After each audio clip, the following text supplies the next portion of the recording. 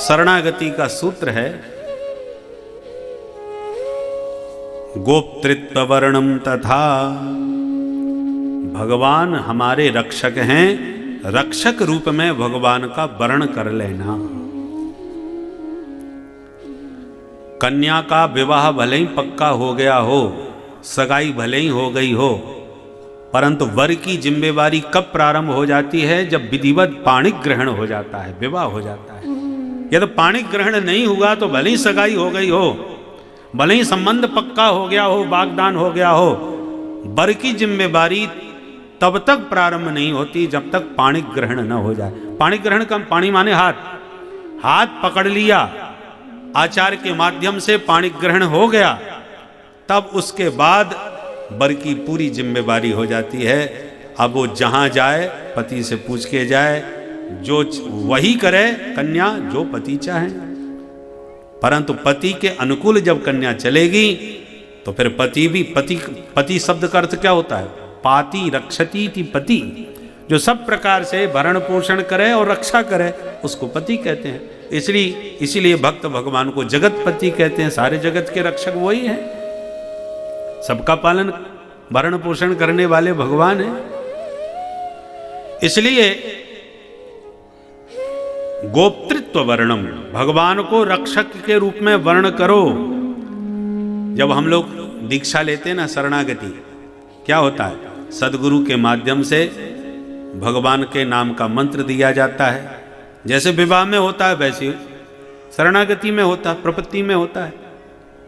प्रपत्ति ग्रहण कैसे की जाती है? गुरुदेव कहते हैं आज से आप अच्युत गोत्रीय हो गए, नाम भी बदल जाता है, गोत्र भी दिया जाता है। कन्या विवाह के बाद दूसरे गोत्र की हो जाती है और उसके चिन्ह दिए जाते हैं ताकि पता चले ये सुहागिन है, सदवा है कि विधवा। कोई चिन्ह नहीं है तो विधवा है, परंतु यदि सिंदूर लगा हुआ है, चूड़ियाँ बिछियाँ आदि मंगल सूत्र आदि धारण किए हुए, तो कोई भी देखते ही समझ जाएगा सुहागिन है, इसका पति है। उसी प्रकार से माथे पर ऊर्ध्व पुंड हो, तिलक, गले में तुलसी की पवित्र कंठी हो, हैं, तो देखते ही समझ में आ जाता है कि इसका कोई पति है। पति माने रक्षक, इसका कोई रक्षक है। और सम्राट की पत्नी यदि बन जाए तो फिर तो संसार में जहां भी जाए किसी की हिम्मत नहीं है उससे आंख मिला करके बात करे, क्योंकि अब महारानी बन चुकी है। उसी प्रकार पाताल भूतल व्योमश्चारण छद्मचारण न द्रष्टुमपि सक्तास्ते रक्षितम राम नाम भी। राम मंत्र लेकर के ऊर्ध्व पुंड लगा के तुलसी की कंठी धारण करके और सुंदर भजन की माला झोली हाथ में हो, पर ब्रह्मांड में कहीं विचरण करे, किसी दुष्ट शक्ति की सामर्थ्य नहीं जो उस वैष्णव पर आंख उठा करके देख सके। न दृष्टुम अपि सक्तास्ते, क्योंकि रक्षितम राम नाम भी, राम नाम से अभिरक्षित है, इसलिए उसका कोई अनिष्ट करने के लिए उस पर दृष्टि नहीं डाल सकता। तो जितना बड़ा मालिक होता है उसके उतने ही बड़े ठाट होते हैं भाई। कन्या का विवाह तो हो गया, पर किसके साथ हुआ है? महत्वपूर्ण तो वर होता है। वर माने श्रेष्ठ। तो जिसका पति जितना श्रेष्ठ होता है, अरे भले ही वो देहात की हो, अनपढ़ हो, कैसी भी हो, परंतु किसी बड़े अधिकारी ने उसे पसंद कर लिया, किसी गुण पर रीझ करके गुजरी को राजा ने पसंद कर लिया, तो महाराज वो महारानी बन करके गुजरी महल बन के उसका तैयार हो गया, महारानी बन गई। अब वो कल तक भले ही जंगल में डोलती हो, पर अब थोड़ी उसकी तरफ कोई निगाह उठा सकता है। उसी प्रकार समर्थ भगवान की शरणागति ग्रहण करते ही जीव धन्य हो जाता है, फिर दुष्ट शक्ति उस पर दृष्टि डालने में समर्थ नहीं हो सकती। इसलिए गोप्तृत्व वर्णम तथा शरणा प्रपत्ति जब हम लोग दीक्षा लेते हैं सदगुरु के माध्यम से, तो ये हमने भगवान को रक्षक के रूप में वर्ण कर लिया। भगवान से हमारा पाणि ग्रहण हो गया, अब हम भगवान के हो गए। जीव है भोग्य और भगवान है उसके भोक्ता। अहम अन्नः त्वम अन्नादः।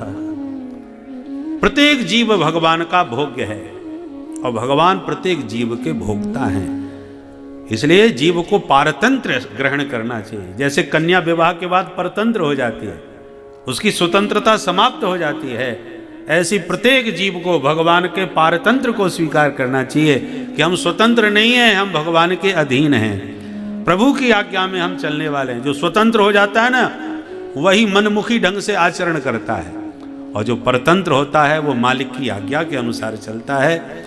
संतों के परतंत्र रहो, सदगुरु के परतंत्र हो, परमात्मा की आज्ञा के परतंत्र रहोगे तो कभी जीवन में कोई पाप नहीं बनेगा, कभी कोई मनमुखी आचरण से बच जाओगे तो बहुत से पापों से छुटकारा मिल जाएगा।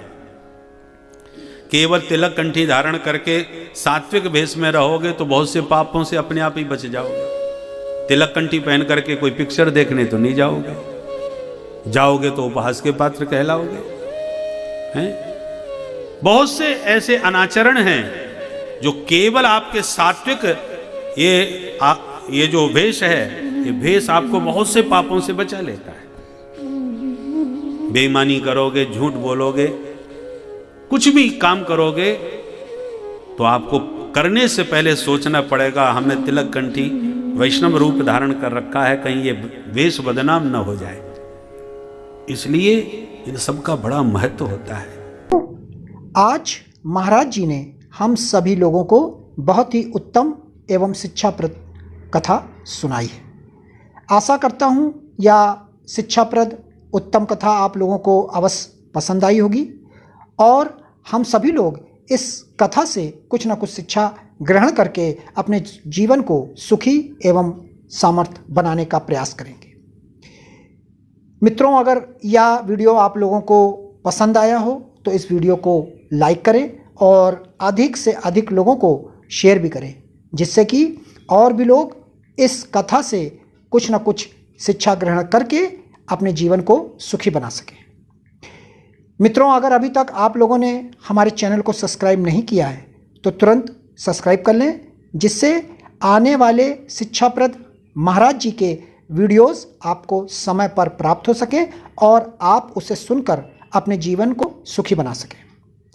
तो कल फिर किसी ना किसी शिक्षाप्रद महाराज जी के वीडियोस के साथ आप लोगों के समक्ष प्रस्तुत होंगे। तब तक के लिए राम राम।